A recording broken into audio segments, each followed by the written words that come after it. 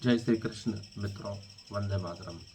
कृष्ण घटनाओं को होने देते हैं, वह उन्हें रोकते नहीं, लेकिन वह धर्म की स्थापना के लिए भी कार्य करते हैं, सत्य की स्थापना के लिए कार्य करते हैं और उन लोगों का साथ भी देते हैं जो धर्म के साथ हैं।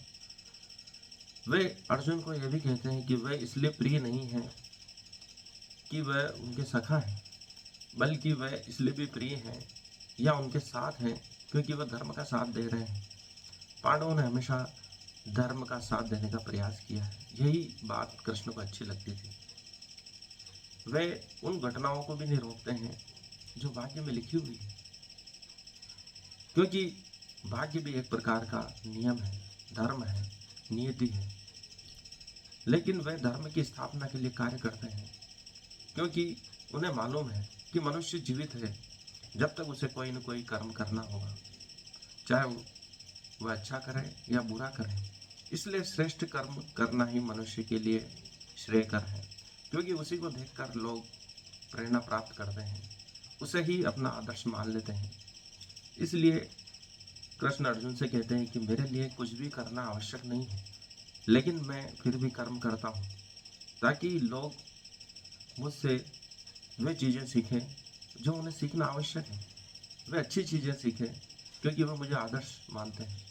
वे तुम्हें भी आदर्श मानते हैं, इसलिए तुम वही कर्म करो जो तुम्हारे धर्म के अनुकूल हो, जो तुम्हारे स्वधर्म के अनुकूल हो, जो तुम्हारी नीति है। कृष्ण घटनाओं को नहीं रोकते हैं, लेकिन वे अपने सत प्रयास करने से भी नहीं रोकते हैं। चाहे दुर्योधन नहीं माना, लेकिन उन्होंने अंतिम प्रयास किया। हम नीति को नहीं बदल सकते हैं, यह सोचकर एक मन में गहन शांति का उदय होता है। लेकिन उसके पश्चात भी हमें अपने कर्म तो करना ही है, इसलिए हम वे कर्म करें जो श्रेष्ठ हैं, जो धर्म के अनुकूल हैं। कृष्ण वही चीज़ें सिद्ध करने की कोशिश कर रहे हैं और पूरे जीवन काल में उन्होंने सत्य की स्थापना और धर्म की स्थापना के लिए ही कार्य किया। वे उन चीज़ों को सिद्ध करके बता देते थे अपने तर्कों द्वारा, अपने कृतित्व द्वारा, जिससे लोगों को मानना ही पड़ता था, चाहे घोर से घोर विरोधी हो, दुश्मन हो, लेकिन उनके तर्कों के आगे कोई नहीं टिकता था। वे अपने कर्मों को तर्कों द्वारा सिद्ध कर देते थे कि वही सही है और आज तक उनके कर्मों को कोई गलत सिद्ध नहीं कर सका। ये उनकी महान योगी की अनुभूति थी। वे महायोगी थे, वे जो भी करते थे श्रेष्ठ करते थे और उनकी कथाएं आज भी कही जाती हैं। वे तर्क द्वारा ये सिद्ध कर देते थे कि वे जो भी कार्य कर रहे हैं धर्म के अनुकूल है और उसको करना आवश्यक है। ये आवश्यक तत्व ही उनके पूरे जीवन का मूल मंत्र था। धर्म की स्थापना क्यों आवश्यक है, यह उन्होंने सिद्ध कर दिया अपने तर्कों द्वारा, कृतित्व द्वारा। चाहे जरासंध का वध हो, चाहे महाभारत का युद्ध हो, उन्होंने सिद्ध किया कि वे जो भी कर रहे हैं अत्यंत आवश्यक है धर्म की स्थापना के लिए, शांति के लिए, मानव जाति के उत्थान के लिए। यही चीज उन्हें श्रेष्ठ बनाती है कि वे जो भी कर रहे हैं उसको उसकी उपयोगिता सिद्ध करके बताते थे तर्कों द्वारा, अपने कर्मों द्वारा। यही चीज वह भगवत गीता में अर्जुन को भी समझा रहे हैं कि तेरा युद्ध करना क्यों आवश्यक है। इतने तर्क और सूत्रों द्वारा अर्जुन को समझाया गया कि वह समझ गया कि युद्ध करना उसके लिए कितना सही है, आवश्यक है, धर्म की स्थापना के लिए, उसके खुद के लिए, स्वधर्म के लिए, न कि संन्यास उसके लिए आवश्यक है। यही बात कृष्ण को सर्वश्रेष्ठ बनाती थी कि वह किसी भी चीज को सिद्ध कर देते थे धर्म की स्थापना के लिए, और मानव जाति को उस पद पर चलना पड़ता था।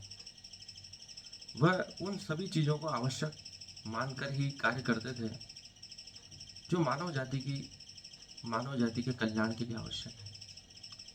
वे यह नहीं बताते थे कि वह किसी भी कर्म को यूं ही कर रहे हैं, बल्कि वे एक आवश्यक नीति की ओर बढ़ रहे कर्म की ओर चलने का प्रयास करते थे धर्म की स्थापना के लिए।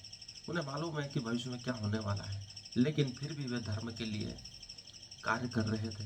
यही उन्हें सर्वश्रेष्ठ बनाता है और यही पूरी मानव जाति के लिए संदेश है कि हम अपने धर्म को न छोड़ें, अर्थात हम उन नियमों को न छोड़ें जो मानव जाति के कल्याण के लिए है। यही मनुष्य को सर्वश्रेष्ठ बनाने का पथ है, जो कृष्ण में सिखा गए हैं। यही बात वे अर्जुन को भी भगवत गीता में सिखा रहे हैं कि अपने मूल धर्म से हमें नहीं डिगना चाहिए। जो अपने मूल कर्तव्यों से डिग जाता है उसका पतन हो जाता है। धन्यवाद। आज के लिए इतना ही, क्योंकि हमें बताया गया है कि भाग्य में जो भी लिखा है वह पहले से ही नियत है।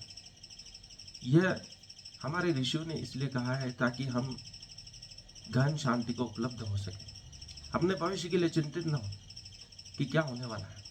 यदि हमें पहले से ही मालूम है कि क्या भविष्य में होने वाला है, चाहे हमें उसके बारे में मालूम ना हो, लेकिन एक निश्चिंतता मन में आती है, उद्विग्नता समाप्त होती है कि हम जो कर रहे हैं उसका परिणाम क्या होगा।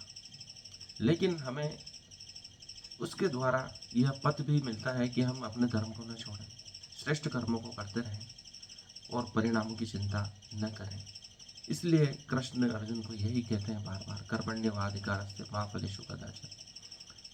अपने कर्म को करते रहो और फल की चिंता मुझ पर छोड़ दो, अर्थात परमात्मा पर। धन्यवाद।